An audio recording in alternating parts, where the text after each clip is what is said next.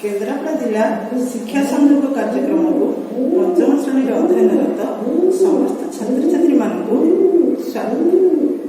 मु श्रीमती नीतू आंगली राजकनिका ब्लॉक नामतरा उच्च प्राथमिक विद्यालय सहकारी शिक्षार्थी अटे। पिलाने आमे गत अध्याय आलोचना करथिले उपयुक्त वेश पकाई आसे तार लेखक संपर्क में जानिथिले एवं आमे किछि कार्यक्रम मध्य से पूरण करथिले। मु कहिछि ना जे तुम मानकर विद्यालय खोली जिवो एवं तुम माने प्रस्तुत हो सब परीक्षा प्रश्न पत्र सब देखिबा पई। तेणु आमे अधिका समय से प्रसंग पर नबा नहीं। आमे जहाँ पढ़ी आगु यूट्यूब लाइव क्लास जरिया से कत जो करा बुझी देखी। तेणु ए आमे केवल कार्यपद गुड़िक केमी पूरण हम से संपर्क में सब आम आलोचना करवा। अच्छा पिला माने मन पकईल गत काली तमें गला बेले तुमको गोटे धंदाटे देती प्रभाविका गोटे देती से तुम सब किए किए पूरण कर पिला माने जी पूरण कर ना सी अति सुना पिला। हाँ हाथ टेकी सारे। हाँ ठीक अच्छे मुझे ना तुम बही रे गोटे 5 अक्षर विशिष्ट गोटे शब्द जो थे कि आम नहीं आम संगठित करके देखिपर गोटे से प्रसंग में वर्णित होता गोटे शब्द हम नुह कि पिला से प्रसंग को आम टे मन पकई आम पुणी आज किसी नुआ नुआ कार्यक्रम आम करवा नुआ नुआ शिक्षण कार्य करवा एवं किपरि भाव में आम परीक्षा को मुकाबला कर से संपर्क में आम आलोचना करवा। ठीक है पिला आम एवं जीवा आज दिन से जो गत दिवस प्रभाविका आम मन पकईवा। तुमको गोटे दि जाइए जे किसी तुमको सूचना दि जाइए 5टी अक्षर नाम मोहर राजा राजुड़ा आग दरकार प्रथम द्वितीय हेले मिलन मूल्यवान धातु बुझाए। मूल्यवान धातु सब कौन कौन करे? हाँ सुना रूपा मोती माणिक हाँ आ कौन रत्न। रत्न मध्य गोटे हूँ कौन मूल्यवान धातु। ताहले आम प्रथम द्वितीय आम लिखिदेले रे नफलाटे देदेले रत्न एवं ए 9टी को आम रत्न को आम एमती ढंग से लिखिदे पारती। 2 प्रकार आम युक्त पेरटी को आम वर्णित कर कौन देखिए ना तृतीय पंचम होइले जोग गछ बढ़िबा को दरकार आग।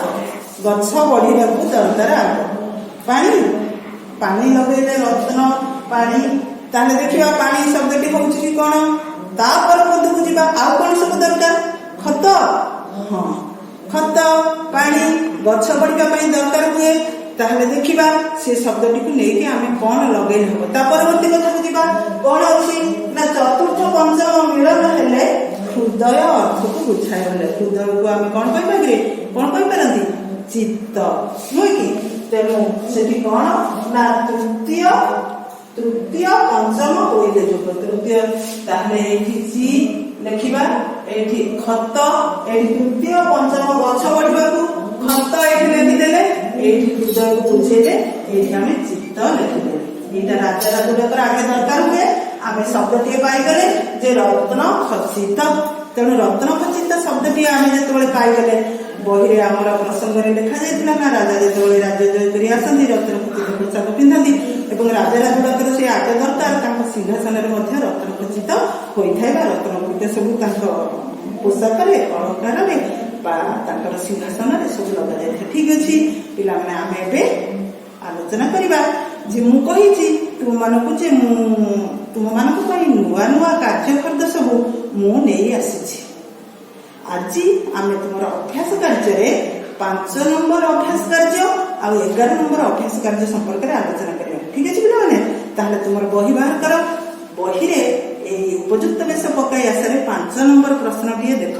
तुम बही रे दि जाए किसी शब्द दि जाए तुमको बाछिकी लिखापी दि जाए जे उपयुक्त शब्दटी को कोठरी भितर बाछी लेख पाइल ना मैंने। हाँ ठीक अच्छे ताहले आमे सेई प्रश्नटी को आउ टिके नुआ ढंग से शिक्षण कार्य करवा। कहीं ना एबे सब तमे देखुच आमर सब प्रति ब्लॉक रे खोलीगलानी सब आदर्श विद्यालय खोलीगलानी ସେଥିପାଇଁ ଯୋଉ ଢଙ୍ଗରେ ପ୍ରଶ୍ନପତ୍ର ସବୁ ଆସୁଛି ସେଠି ତମେ ମୁକାବିଲା କରିବ। ସ୍କଲାରସିପ୍ ପରୀକ୍ଷା ମଧ୍ୟ ପଞ୍ଚମରେ ଅଛି, ତୃତୀୟରେ ଅଛି। ଯେଉଁ ପିଲାମାନେ ସବୁ ସ୍କଲାରସିପ୍ ଦେବା ପାଇଁ ମନସ୍ଥ କରିଛ ସେମାନେ ମଧ୍ୟ କୋଉ ଢଙ୍ଗରେ ସବୁ ପ୍ରଶ୍ନପତ୍ର ଭେଟିବ। ତେଣୁ ଆମେ ନୂଆ ନୂଆ ଢଙ୍ଗରେ ଆମେ ଆଲୋଚନା କରିବା। ତାହେଲେ ଠିକ ଅଛି, ସେଇ ଏକା ପ୍ରଶ୍ନ କେମିତି ଆଉ ଅନ୍ୟ ଢଙ୍ଗରେ ତାକୁ ମଧ୍ୟ ଆମେ କରିପାରିବା। ଦେଖ ଏବେ ମୁଁ ତମ ପାଇଁ ନେଇ ଆସିଛି କଳାପଟାରେ ଏବଂ ସେଇ 5 ନମ୍ବର ତୁମ ବହିରେ ଅଭ୍ୟାସ କାର୍ଯ୍ୟରେ ବର୍ଣ୍ଣିତ ହୋଇଥିବା 5 ନମ୍ବର ପ୍ରଶ୍ନରେ ଅଛି ଯେ ସେଥିରେ ଅଛି ଯେ ତୁମେ ଠିକ ଶବ୍ଦଟିକୁ ବାଛି ଲେଖ। ତାକୁ ଟିକେ ବଦଳା ଯାଇଛି ଯେ ଆସ ଠିକ ଶବ୍ଦ କୋଠରୀରେ ଠିକ ଚିହ୍ନ ଦେବା। ଦେଖ ସେଇ 4-4ଟା ପ୍ରଶ୍ନ ମୁଁ କିଛି ବଦଳେଇନି ତମମାନଙ୍କ ପାଇଁ, ଯାହା ଥିଲା ତାକୁ ନେଇକି କେବଳ ଟିକିଏ ପ୍ରଶ୍ନର ଢଙ୍ଗ ବଦଳି ଦିଆଯାଇଛି। କାହିଁକି ନା ପ୍ରଶ୍ନ ଗୁଡ଼ିକ ସବୁ ବିଭିନ୍ନ ଢଙ୍ଗରେ ଏବେ ନୂଆ ନୂଆ ପ୍ରକାର ଢଙ୍ଗରେ ତୁମମାନଙ୍କ ପାଇଁ ଆସୁଛି। ତାହେଲେ ଦେଖ ଏଠି ଆମେ 4ଟି ଶବ୍ଦ ଲେଖାଯାଇଛି, ବିସ୍ମୟ, ବିସ୍ମୟ, ବିସ୍ମୟ, ବିସ୍ମୟ। କଣ କରୁଛ ତୁମେ ପିଲାମାନେ? କଣ ନା ଏମିତି ଯେତେବେଳେ ତମର ସବୁ ପରୀକ୍ଷାରେ ଆସୁଛି ଏଇ ଟିକ ଚିହ୍ନ ସବୁ କେତେ ଜଣ ତୁମ ସାଙ୍ଗମାନଙ୍କ ଭିତରେ ଅଛନ୍ତି ନା ସବୁ କୋଠରୀରେ ମାରି ଦେଇଥିବେ। ସବୁ କୋଠରୀରେ ମାରିବା କଣ ଠିକରେ? ତାହେଲେ କୋଉଟା ତାହେଲେ ଆମେ ଠିକ ବୋଲି ଆମେ ନିର୍ଣ୍ଣୟ କରିବା? ତମେ ଯଦି ସବୁ କୋଠରୀରେ ମାରିଦେବ ତାହେଲେ ତମ ଗୁରୁଜୀ ଗୁରୁମା ମାନେ ତମକୁ କୋଉଟା ତମେ ଜାଣିଛ ବୋଲି ଠିକ କେମିତି ସେ ତମକୁ ନମ୍ବର ଦେବେ, ମାର୍କିଂ କରିବେ କେମିତି? ତେଣୁ ସେଇ ଢଙ୍ଗ ସମ୍ପର୍କରେ ଆଜି ଆମେ ଆଲୋଚନା କରିବା। ତାହେଲେ ଦେଖ ଠିକ ଅଛି, ଏ ବିସ୍ମୟ ତାଲବେଶର ମଫଳା ଦିଆଯାଇଛି, ଏଇଟା କଣ ଠିକ ହବ? ହବନି ତ ନା। ତାହେଲେ ଏଠି ବରେ ଦୀର୍ଘିକାର ଦନ୍ତେଶର ମଫଳା ଦେଇକି ବିସ୍ମୟ ଲେଖା ହେଇଛି, ଏଇଟା କଣ ଠିକ ହବ? ତାହେଲେ ଏଇଠି ଲେଖା ଯାଇଛି ଯେ बर ହର୍ଷିକାର, ହଁ ଏଇଟା ଠିକ। ତାହେଲେ ଏଇଟା ଠିକ, ଏଇଠି ଠିକ ଚିହ୍ନ ମାରିବା। ଏଇଠି କେବଳ ଗୋଟେ ଜାଗାରେ ଠିକ ମାରିବା। ଠିକ ଅଛି, ଆଉ କଣ ଆମେ କରିଥାନ୍ତି ପିଲାମାନେ ଯେ ଏଇଠି ଦିଆହେଇଛି ଠିକ ମାରିବା ପାଇଁ କେବଳ ଆମକୁ ତ ସୂଚନା ଅଛି ନା ଠିକ ଶବ୍ଦ ପାଖରେ ଠିକ ଚିହ୍ନ ଦିଅ। ଆମେ କାହିଁକି କେତେକ ପିଲା ଅଛନ୍ତି ଏଠି ସବୁ ଏ ଘରେ ଛକି ମାରିଥିବେ, ଏ ଘରେ ଛକି ମାରିଥିବେ, ଏ ଘରେ ଛକି ମାରିଥିବେ, କଣ ଦରକାର? ଆମକୁ ତ ସେସବୁ କଥା କିଛି କୁହାହେଇନି ନା ଭୁଲ ପାଖରେ ଛକି ଚିହ୍ନ ଦିଅ ବୋଲି, କେବଳ ଦିଆହେଇଛି ଆମକୁ ଠିକ ଚିହ୍ନ ଦିଅ। ଆମେ ଅଯଥା ସମୟ କାହିଁ ନଷ୍ଟ କରିବା? ପରୀକ୍ଷା ଅଛି ନା, ସମୟ ଆମ ପାଇଁ ନିର୍ଦ୍ଦିଷ୍ଟ ଅଛି। ତେଣୁ ଆମେ ପାଠ ପଢିବା ଏବଂ ତା ପରବର୍ତ୍ତୀ ପ୍ରଶ୍ନକୁ ଯିବା, ତା ପରବର୍ତ୍ତୀ ଉତ୍ତର ଆମେ ନିର୍ଣ୍ଣୟ କରିବା। ଅଯଥା କାହିଁକି ସେଠି ଆମେ ଛକ ମାରିକି ସମୟ ନଷ୍ଟ କରିବା? ଠିକ ଅଛି, ଏବେ ଆମେ ଦ୍ୱିତୀୟ ନମ୍ବରକୁ ଯିବା। ଯେ ଖରେ ଅଛି ସମ୍ମୁଖ, ସମ୍ମୁଖ, ସମ୍ମୁଖ, ସମ୍ମୁଖ। ତାହେଲେ ଏବେ କୁହ ଆମେ କୋଉ ଘରେ ତାହେଲେ ଠିକ ମାରିବା? କୋଉ ଶବ୍ଦଟି ଆମ ପାଇଁ ଠିକ ଅଛି? ମନେ ପକାଅ, ବେଶୀ ତମର ସବୁ ଭୁଲ ହେଇଥାଏ ଦନ୍ତେଶ, ତାଲବେଶ, ମୂର୍ଧନ୍ୟକୁ ନେଇ ଶବ୍ଦ ଗଠନ, ହର୍ଷିକାର, ଦୀର୍ଘିକାର ଏସବୁକୁ ନେଇ ଠିକ ଶବ୍ଦ, ଠିକ ବନାନ ଏସବୁରେ ତମର ସବୁ ଭୁଲ ଥାଏ। ତାହେଲେ ଏବେ କୁହ, ହାତ ଟେକି ସାରିଲନି, କୋଉଟା ହବ? ତାହେଲେ ଏଇଟା ହବନି, 1 ନମ୍ବର ହବନି। ତାହେଲେ କୋଉଟା ହବ? 2 ନମ୍ବର। ହଁ ବଢିଆ, ସୁନା ପିଲା ସବୁ ମନେ ରଖିଦେଇଛ ନା, ସେ ପ୍ରସଙ୍ଗଟି ପଢିଛ, ଦେଖିଛ ସେଥିରେ। ତାହେଲେ ଏଠି ଆମେ 2 ନମ୍ବର ଘରେ ଆମେ ଠିକ ଚିହ୍ନ ଦେଲେ, ଆଉ ଏଠି କୌଣସି ଘରେ ଦବା କିଛି ଦରକାର ନାହିଁ।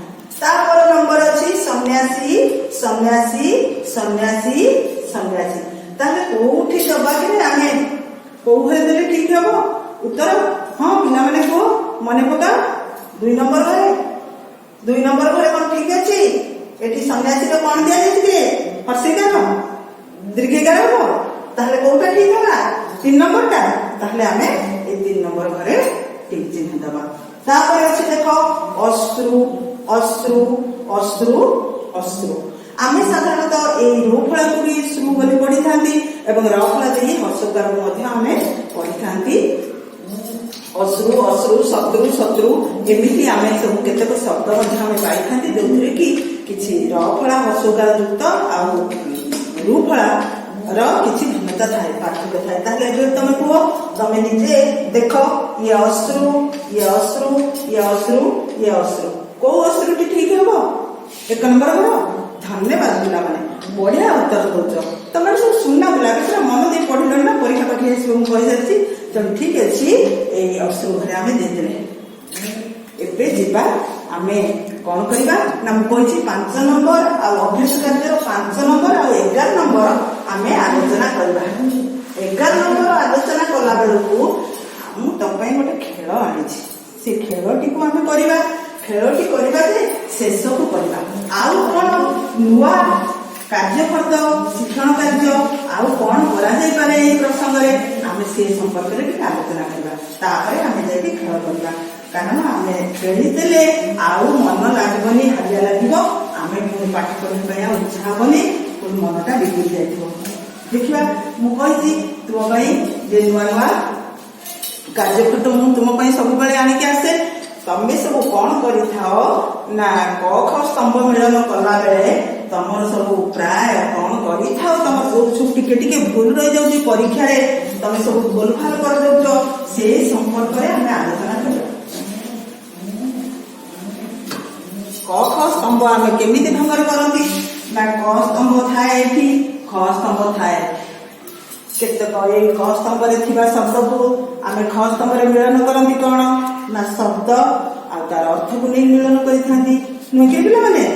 ଆଉ କଣ କରିଥାନ୍ତି? ବିପରୀତ ଶବ୍ଦ ମଧ୍ୟ, ଏପଟରେ ଥିବା ବିପରୀତ ଶବ୍ଦ ସେପଟରେ ଥିବା ବିପରୀତ ଶବ୍ଦକୁ ନେଇ ଆମେ ମଧ୍ୟ କରିଥାନ୍ତି। ଆଉ କଣ କରିଥାନ୍ତି? ମନେ ପକାଅ, କ ଖ ସ୍ତମ୍ଭ ମିଳନ କଲା ବେଳେ ଆଉ ସବୁ ଆମେ କଣ କଣ କରିଥାନ୍ତି? ସମ୍ପର୍କ ଥିବା ଶବ୍ଦକୁ ନେଇ କରିଥାନ୍ତି। ହଁ, ଠିକ ଅଛି। ତାହେଲେ ଆମେ ଆଜି ତମର ଏଇ ଯୋଉ ଉପଯୁକ୍ତ ବେଶ ପକାଇ ଆସ, ସେଇଠି ଆଲୋଚନା କରାଯାଇଥିବା ଶବ୍ଦ ଗୁଡିକୁ ଆମେ କ ସ୍ତମ୍ଭ ଆଉ ଖ ସ୍ତମ୍ଭରେ ସମ୍ପର୍କ ଥିବା ଶବ୍ଦ ସହିତ ଗାର ଟାଣି ଯୋଡ଼ିବା। ଏହା କରିବା ନା, ଏଇଟା ଗୋଟେ ନୂଆ ପ୍ରକାର ଢଙ୍ଗରେ କାର୍ଯ୍ୟକୃତ ନିଆଯାଇଛି ତମ ପାଇଁ। ତେଣୁ ଏଠି ଅଛି, ଏଇ କ ସ୍ତମ୍ଭରେ ଅଛି କଣ କଣ ନା ନୀଳାଭ, ଜନଶୂନ୍ୟ,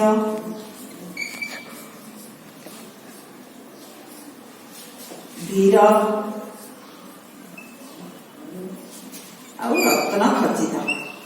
ଯୋଉ ରତ୍ନ ଖଚିତ ଶବ୍ଦଟି ତମେ ଦେଇଥିଲ, ସେ ରତ୍ନ ଖଚିତ ଶବ୍ଦଟି ଅଛି। ଏ ଖ ସ୍ତମ୍ଭରେ ଅଛି କଣ ନା ଅଛି ଅଞ୍ଚଳ,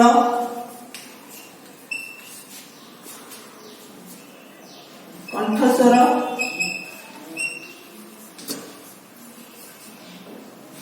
ପୋଷାକ, ଆଲୋକ। ଠିକ ଅଛି ପିଲାମାନେ, ତମେ କଣ କରିଥାଅ ନା ଏ କ ଖ ସ୍ତମ୍ଭ ଯୋଡ଼ିଲା ବେଳେ ସବୁ କଣ କରିଥାଅ ନା ପ୍ରଥମେ ଆଗେ ଏ ନୀଳାଭ କତିରୁ ଗାର ଆଣିଥାଅ, ଗାର ଆଣିଥାଅ, ଗାର ଆଣିଥାଅ, ଏଠି କଣ୍ଠସ୍ୱର ପାଖକୁ ନେଇଥାଅ, ପୁଣି କଣ୍ଠସ୍ୱର ପାଖରୁ ଦେଖିଲ ସିଏ ହବନି, କଣ୍ଠସ୍ୱର ପାଖରୁ ହବନି, ସେଠୁ ତାକୁ ଛୁଇଁ ଦେଇକି ପୁଣି ଆଣିକି ଏଠିକି ଆଣିଥାଅ। ନା, ଏମିତି ତରିକାରେ ଆମେ ମୋଟେ କରିପାରିବା। ଏମିତି କଲେ ତାହେଲେ ତମର କୋଉଟା ଠିକ ହବ? ଇଏ କଣ୍ଠସ୍ୱର ନୀଳାଭ କଣ୍ଠସ୍ୱର ଠିକ ନା ନୀଳାଭ ଆଲୋକ ଠିକ?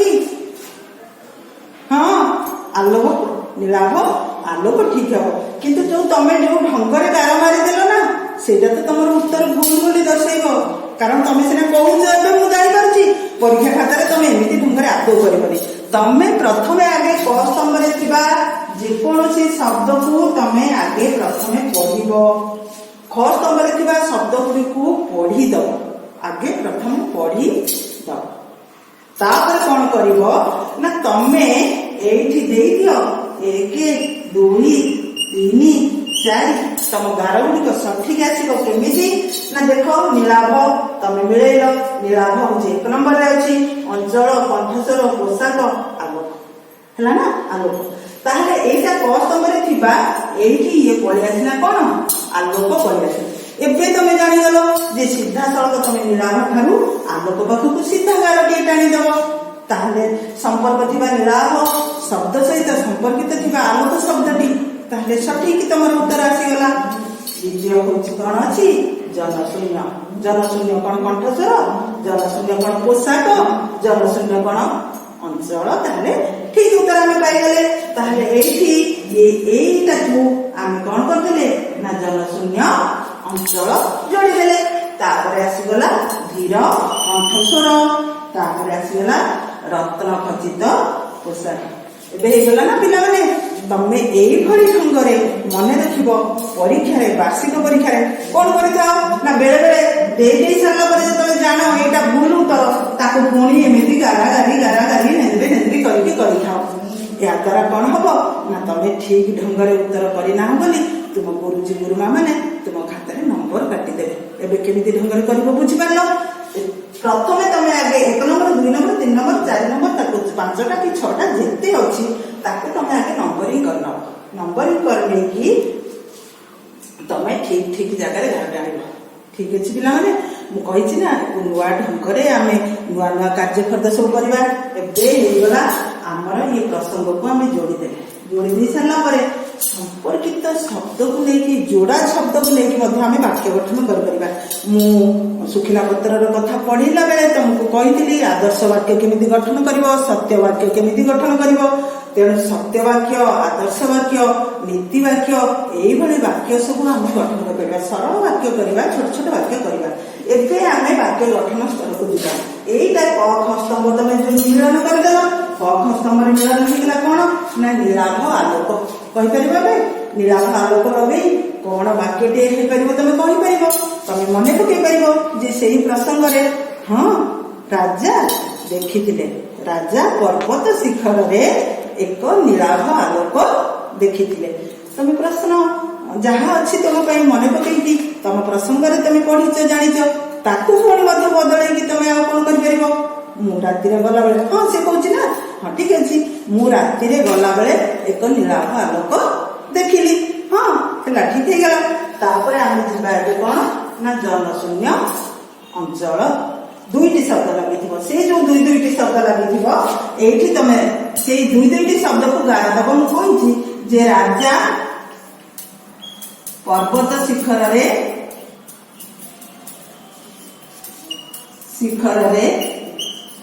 ଏକ ନୀଳାଭ ଆଲୋକ ଦେଖିଲେ। ଏକ ନୀଳାଭ ଆଲୋକ ଦେଖିଲେ। ଏଇ ନୀଳାଭ ଆଉ ଆଲୋକ ତଳେ ଗାର ଦେଇଦେଲ, ହେଇଗଲା। ତମେ ବ୍ୟବହାର କରୁଥିବା ଶବ୍ଦ ତମର ବାକ୍ୟରେ ବ୍ୟବହାର ହେଇଛି, ତମକୁ ଯୋଉ ଶବ୍ଦ ଦିଆଯାଇଛି। ଏବେ ଯିବା ଆମେ କଣ ନା ଜନଶୂନ୍ୟ ଅଞ୍ଚଳ। ମନେ ପକାଅ, କୁହ ଜନଶୂନ୍ୟ ଅଞ୍ଚଳ ସବୁ କହିଲେ ଜନଶୂନ୍ୟ ଯେଉଁଠି ଜନ ଦେଖାଯାଆନ୍ତି ନାହିଁ, ଜନ ବା ଲୋକମାନେ ସେଠି କେହି ନଥିବେ। ମନେ ପକାଅ କୁହ। ହଁ ଭାବ ଟିକେ, ଜନଶୂନ୍ୟ ଅଞ୍ଚଳ କହିଲେ କେତେ ଗୁଡିଏ ସତ୍ୟ ବାକ୍ୟ ମଧ୍ୟ ତମେ ପାଇପାରିବ। ହଁ ସେ କହୁଛି ବଢିଆ ପ୍ରଶ୍ନ, ବଢିଆ ଉତ୍ତରଟିଏ ସେ ଦେଇଛି ନା, ତାକୁ ଧନ୍ୟବାଦ ଦବା। ସେ କହୁଛି ଯେ ଜନଶୂନ୍ୟ ଅଞ୍ଚଳରେ ଏକା ଏକା ଗଲାବେଳେ ଡର ଲାଗେ। ନୁହଁ କି ପିଲାମାନେ, ଯୋଉ ସବୁ ଲୋକବାକ କେହି ନଥିବେ, ଏକା ଏକା ତମେ ଯାଉଥିବ, ମନରେ ଗୋଟେ ଭୟ ସଞ୍ଚାର ହୁଏ। ତେଣୁ ଜନଶୂନ୍ୟ ଅଞ୍ଚଳରେ ଏକା ଏକା ଗଲାବେଳେ ଆମକୁ ଡର ଲାଗେ। ତାହେଲେ ଜନଶୂନ୍ୟ ଶବ୍ଦ ତଳେ ତମେ ଗାର ଦେଇପାରିବ। ବଢିଆ ବାକ୍ୟ, ଏଇଟା ବି ସତ୍ୟ ବାକ୍ୟ। ଠିକ ମାନେ ସମସ୍ତଙ୍କ ପାଇଁ ମଧ୍ୟ ଏ ବାକ୍ୟଟି ଉଦ୍ଦିଷ୍ଟ, କାରଣ ସମସ୍ତଙ୍କ ମନରେ ଗୋଟେ ଭୟ ସଞ୍ଚାର ହୁଏ ଯେ କାଳେ କିଏ ଏଠି ହିଂସ୍ରଜନ୍ତୁ ଆସିବେ, କିଏ ଆକ୍ରମଣ କରିବେ, କେହି ତ ଏଠି ନାହାନ୍ତି, ଲୋକବାକ ନାହାନ୍ତି, ଏମିତି କେତେ ପ୍ରକାର କେତେ ଭାବନା ନେଇକି ଆମ ଭିତରେ ଭୟର ସଞ୍ଚାର ହେଇଥାଏ। ତାପରେ ଯିବା ଧୀର କଣ୍ଠସ୍ୱର। ଧୀର କଣ୍ଠସ୍ୱର ଭାବ, ମନେ ପକାଅ ଧୀର କଣ୍ଠସ୍ୱର। ଧୀର କଣ୍ଠସ୍ୱର ରାଜା ଶୁଣିଥିଲେ। ତୁମେ ଆଉ ସେଇଭଳି ଧୀର କଣ୍ଠସ୍ୱରକୁ ନେଇକି ଆଉ ଅନ୍ୟ ବାକ୍ୟ ନୂଆ ଢଙ୍ଗରେ ତମେ ବ୍ୟବହାର କରିପାରିବ। ଧୀର କଣ୍ଠସ୍ୱର, ଧୀର କଣ୍ଠସ୍ୱର ଶୁଣିବାକୁ ଭଲ ଲାଗେ। କିଏ କହିଲା? ମିତାଲି କହିଲା। ଆରେ ବା, ବଢିଆ ବାକ୍ୟ ତ। ଧୀର କଣ୍ଠସ୍ୱର ଶୁଣିବାକୁ ଭଲ ଲାଗେ। ମୋ ମାଙ୍କର ଅତି ଧୀର କଣ୍ଠସ୍ୱର। ନୁହଁ, ହବନି? ଏ ବାକ୍ୟ ବି ହେଇପାରିବ। ହଁ ତାହେଲେ ଠିକ ଅଛି, ଆମେ ନେକ୍ସଟକୁ ଯିବା, ତା ପରବର୍ତ୍ତୀକୁ ଯିବା। ରତ୍ନ ଖଚିତ। ରତ୍ନ ଖଚିତ, ରାଜା ମହାରାଜା ମାନେ ରତ୍ନ ଖଚିତ ପୋଷାକ ପିନ୍ଧୁଥିଲେ। ଏହା ବି ଠିକ ସତ୍ୟ ବାକ୍ୟଟିଏ। ଏବଂ ରତ୍ନ ଖଚିତ ପୋଷାକ ବହୁତ ମୂଲ୍ୟବାନ ଅଟେ। ଇଏ ହବନି? ଆମେ ତାହେଲେ ବିଭିନ୍ନ ପ୍ରକାର ବିଭିନ୍ନ ଢଙ୍ଗରେ ଆମେ ଆଲୋଚନା କଲେ ଯେ କାର୍ଯ୍ୟପଦ ଗୁଡିକ ଆମେ ଗୋଟିଏ ଶବ୍ଦକୁ ନେଇ କେମିତି ବାକ୍ୟରେ ବ୍ୟବହାର କରିପାରିବା ଏବଂ ଦୁଇଟି ଶବ୍ଦକୁ ନେଇ କିପରି ବାକ୍ୟରେ ବ୍ୟବହାର କରିପାରିବା। ଠିକ ଅଛି ପିଲାମାନେ, ମୁଁ ଭାବୁଛି ଯେ ଯାହା ଯାହା ସବୁ ଆମର କାର୍ଯ୍ୟପଦ ଆଲୋଚନା କରାଗଲା, ଆଲୋଚନା କରାଯାଉଛି, ସେ ସବୁ ସମ୍ପର୍କରେ ତମେ ଧ୍ୟାନ ଦେଇ ଶୁଣିବ, ମନ ଦେଇ ଶୁଣିବ ଏବଂ ତୁମେ ଠିକ ଢଙ୍ଗରେ ତୁମର କାର୍ଯ୍ୟପଦ ଗୁଡିକ କରିପାରିବ ଏବଂ ତୁମର ଜ୍ଞାନର ପରିସୀମା ବଢିବ। ତୁମେ ପରୀକ୍ଷାରେ ମଧ୍ୟ ସମସ୍ତ ପ୍ରଶ୍ନର ଉତ୍ତର କରିବା ପାଇଁ ସମର୍ଥ ହବ। ଠିକ ଅଛି ପିଲାମାନେ, ଆମେ ଏବେ ତମ ମନରେ ଧାରଣା ଆସୁଥିବ ଯେ ବିଜ୍ଞାନ ଶିକ୍ଷକ ମାନେ ତୁମକୁ ଅନେକ ପ୍ରକାର ଖେଳ ଦେଖାଉଛନ୍ତି, ଗଣିତ ଶିକ୍ଷକ ମଧ୍ୟ ଅନେକ ପ୍ରକାର ଖେଳ ଦେଖାଉଛନ୍ତି। ଆମର କଣ ଭାଷାରେ କିଛି ଖେଳ ନାହିଁ କି? ଖେଳ ଅଛି, ବଢିଆ ଖେଳ ଅଛି, ବହୁତ ଭଲ ଲାଗିବ। से खेलटी आम खेलीदे और आज जहाँ जहाँ सब नुआ कार्य फट तुमको दिगला से सब मन रखी तुम कर देख तुम गोटे साधा कागज आनी साधा कागज अच्छी देख ये कौन अच्छी ना तुम मान किछि शब्द अच्छी नुआ ढंग अच्छी तमर विशेषत्व विशेष रु विशेषत्व मनीष रु मनुष्यत्व तेणु आमे आज आ गोटे नुआ ढंग करवा नम्रता आमे पढ़िले ना नम्रता नम्रता परी केतक भल गुण आम भितर अच्छी एवं से नम्रता जोटा से जोग होती से कौन कौन ता लगे हो देखा ताहले एथिरे गोटे कौन अच्छी कि बदान्यता बदान्यता मान दान करवा जोटा को भल कथा ताको आमे डाहाण पटे रखिबा जो गुडिक खराब कथा ताको आमे बां पटे रखिबा ताहले बदान्यता बदान्यता शब्दटीए देख ताहले ताको आमे डाहाण पाखरे रखिदेबा तापर कौन करवा ना बाग्नीता बाग्नीता गोटे भल गुण सेटा होची जो माने भल भाषण दे पारंती से होची बाग्नीता ताहले ताको डाहाण पटे रखिबा तापर कौन अछि समता समता समता रक्षा करवा समस्त गोटे सामान दृष्टि देखा सबू कथा को आम सही समय कार्य कर सेटार ये हूँ समता ताहले एटा गोटे भल कथा यहाँ को आम डाहाण पटे रखा तापर अच्छी स्पष्टवादिता स्पष्टवादिता जो मैंने सब ठीक कही पारती क्या भय करती नहीं ताकू आम डाहाण पटे रखा ये गोटे अच्छी देख उशृंखलता उशृंखलता भल ना खराब कि खराब हाँ ठीक अच्छे आम बाँ पटे रखिदेवा उशृंखलता तापर कौन करवा ना निपुणता कौन सी कार्य आम हासिल करते आम कार्य सफलता पाई ठीक ढंग से करें निपुणता बोली कहवा डाहाण पाख कोठरी रखा ठीक अच्छे पे संयमता डाहाण पाख कोठरी रखा नीरवता नीरवता माने नुह तुम सब पार्टी चुपचाप जाकी बस कि जिते गोटे गुरुत्वपूर्ण कार्य करा विद्यालय शिक्षा दि जाऊे से तुम नीरवता रक्षा कर बंधु भल गुण ताहले आम डाहाण पट कोठरी रखा यहाँ हूँ साधुता साधुता गोटे भल गुण ताहले डाहाण पट कोठरी रखा मिथ्यावादिता मिछ कहवाटा भल गुण नुह ना भल अभ्यास नुह आदौ तेणु आम बाँ पट कोठरी रखा यही मु सीना तुम ये खेलटी करके आनी आम मिलमिशि खेलिले समस्ते कारण तुम मो पाखे ना यहीगुड़ाक सब तमें निजे घरे तैयारी एवं घरे तैयारी करी ताकू गोटे गोल भितर तुम सजेदेव तुम शब्द गुड़िक तुम गोल भितर सजेदेव गोटे हूँ भल गुण आ गोटे हूँ खराब गुण अच्छा यही शिक्षण कार्य आम कौन जानिले पिला माने सब आम अनेक शब्द जानिले एवं किए भल गुण किए खराब गुण